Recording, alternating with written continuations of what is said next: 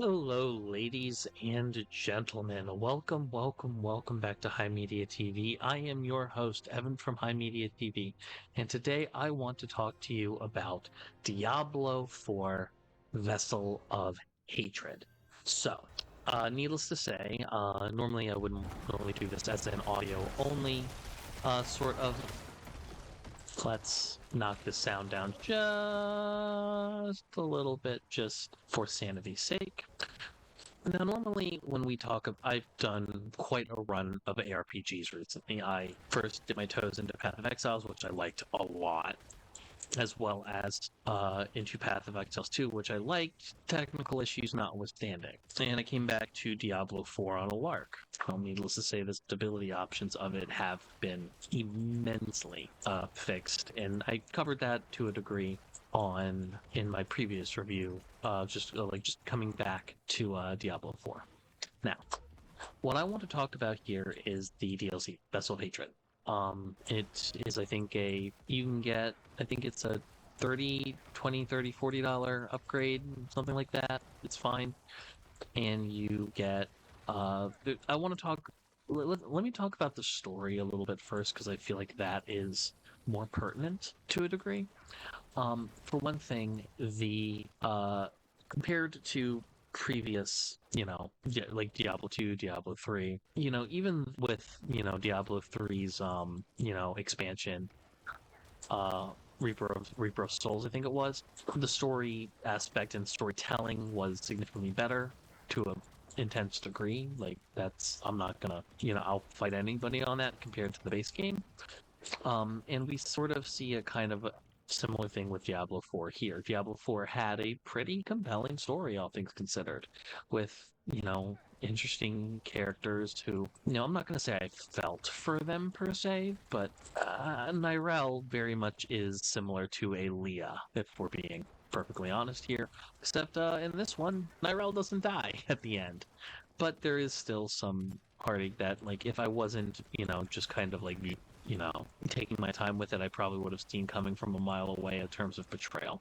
I'm not going to go too much into the spoilers here, but I do want to take the time. I did want to take the time here to commend not just the storytelling, but also I think the aspect. And I didn't really touch on this much in my Diablo 4 like retrospective. I'm going to be perfectly honest with you. I think having the world map where you do most of these quests be dedicated, fixed, locations and stuff where you can like travel from one area to another. It makes the world feel much more tangible in a way that Diablo 3 wasn't. Now, granted, does Sanctuary feel a lot smaller in comparison to Diablo 3? Yes, it does, but it feels more grounded in a way that kind of gives Diablo 4 that flavor. But to bring it back to Vessel of Hatred, one of the aspects of the Diablo games is the seasonal run-throughs and the fact that you don't have to travel all over the goddamn continent to level up a character,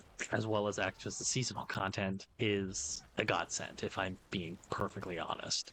And, despite the audio design, the cinematics, and all of that being lovely with no notes in terms of Vessel of Hatred, that aspect of being able to hop into the seasonal content abruptly is quite the joy. I will say I am going to I will be probably putting out some level of a review of the season of witches, but that's not going to come out till later. So just stick around for now. Anywho, I want to move on to, the area. Like the new land map, very jungly, very interesting. It has the new class, the Spiritborn, who I haven't really had a chance to play around with. I'm comfortable with the Necromancer. What can I say? I'm sorry about my phone going off in the background. For some reason, one of my TikToks recently got over 1 million views, and it's currently popping off still. I don't know why. Irregardless of that, I will say that the Vessel of Hatred adds a handful of new concepts and mechanics that I am quite fond of, actually. It adds a couple things. It adds the socketables. Instead of just gems, you have your ruins. There's a purple ruin and a yellow ruin. The yellow ruin is how you are able to gain offering and the method on how you get it, and the purple is how you spend offering and the benefit you get from using it. I right now have a basically a thing that gives me 150 offering whenever I cast an ultimate, and then it spits out basically a poison ability, when I do that. It's actually pretty cool. It allows you to access abilities of other classes as a class that you're not, which I think is actually a pretty cool concept. The other big thing, which should probably be pointed out, is the reinforcements. If you look on screen now, you'll see Rahir here. He's a mercenary, and it's not just him that you have access to following you around. You also have a reinforcement where, depending on the condition of calling her into battle, she like another mercenary will do an attack, and then as you grow with them, there are benefits. Just more systems and systems and systems. It's fun. Can't commend it enough. It also, the mercenaries do add a level of depth. I haven't really unlocked all the mercenaries yet, but the one I currently have is that is following me. He's a more defensive. I have him spec offensive because he's just at this point another skeleton. I play Necromancer. God knows the Unga Bunga just sit around and wait for our everything else to die, which is very funny. But I digress. Another thing that they added that I really, really liked was the obviously a level boost, which is great. And I just want to take a second to show you guys. They also added a lot of end game content, including duos, dungeons, and stuff like that, which is really, really, really, really, really cool, and I like it a lot. I've had a lot of fun with Vessel of Hatred. I find that the quest line, if you've played the base game, is builds on it emotionally, and I like that a lot. I love the character designs. I love how they're all doing. I like that with your mercenaries at the den, you kind of get something resembling a dedicated home base.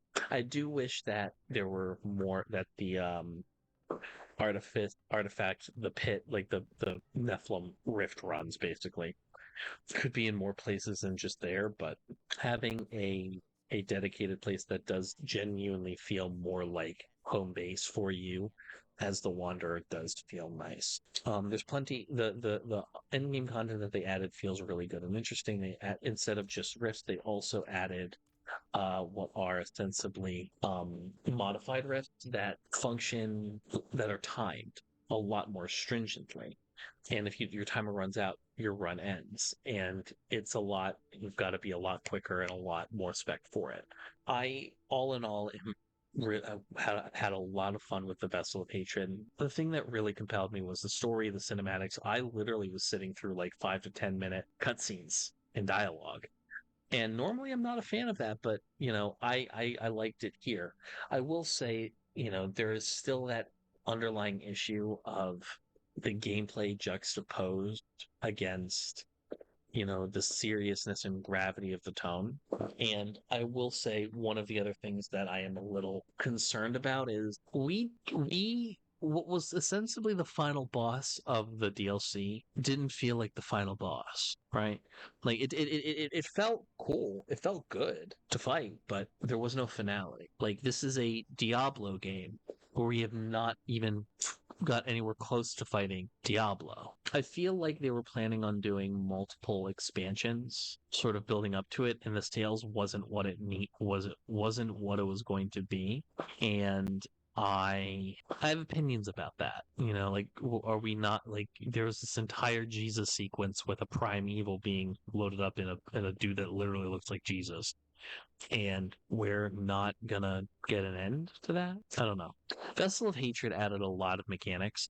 I'm hoping that if in the event that they do add like more, when they do add more DLCs, like, my question is, what are they going to? I'm hoping that they will take a leaf out of Path of Exile's book, specifically Path of Exile 1, in terms of adding, instead of more vertical progression, go for horizontal progression. What I mean by that is, in Path of Exile 1, I don't know if you saw my review of it, but I hopped in at Settlers of Kalagur, and you building up the town with your gold and stuff as you go, more amenities and stuff like that, more things to sink gold into, more things to sink time into, more ways to get legendaries and loot, things of that nature. I think it would behoove them to add, things that are just fun. I think adding more dungeons to run would be good. Sort of streamlining certain processes would also be good. And I think the big thing that I'm concerned about is that if they're not able to wrap this up in one more expansion, I wonder like how much bloat in terms of mechanics are going to appear here that you're going to have to manage. Because one of the reasons why I think I went back to Diablo 4 as opposed to staying with Path of Exile was I have a general idea of what my build is as a Necromancer between seasons is going to look like in Diablo. I have to pull up a guide every single time if I make a new witch in PoE. It's a lot. It's a lot. And it's frustrating, to say the least. And it's within that notion that I just personally feel I'm concerned that for if this is all Diablo is mechanically, I'm fine with that. But on the other hand, there is a part of me that's like, I want to see a meaningful conclusion to this story because not only are they saying that, oh, we're going to have to deal with Mephisto, we're also going to have to deal with the coming other primevals as well. So I don't know how many, expansions they were planning on putting out, but I don't see how they're going to wrap it up in just one. Maybe it's for the best if they aren't able to put out another one and this is all we get. Be a bummer for sure. Who knows? Maybe it's for the best. Hey, thanks for watching.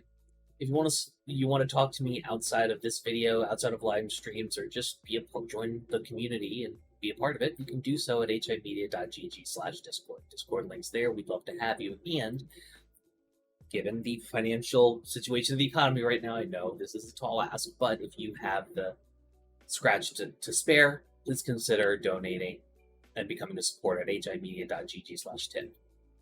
All of our perks are serviced through our Discord channel, including early access videos, exclusive videos, and more.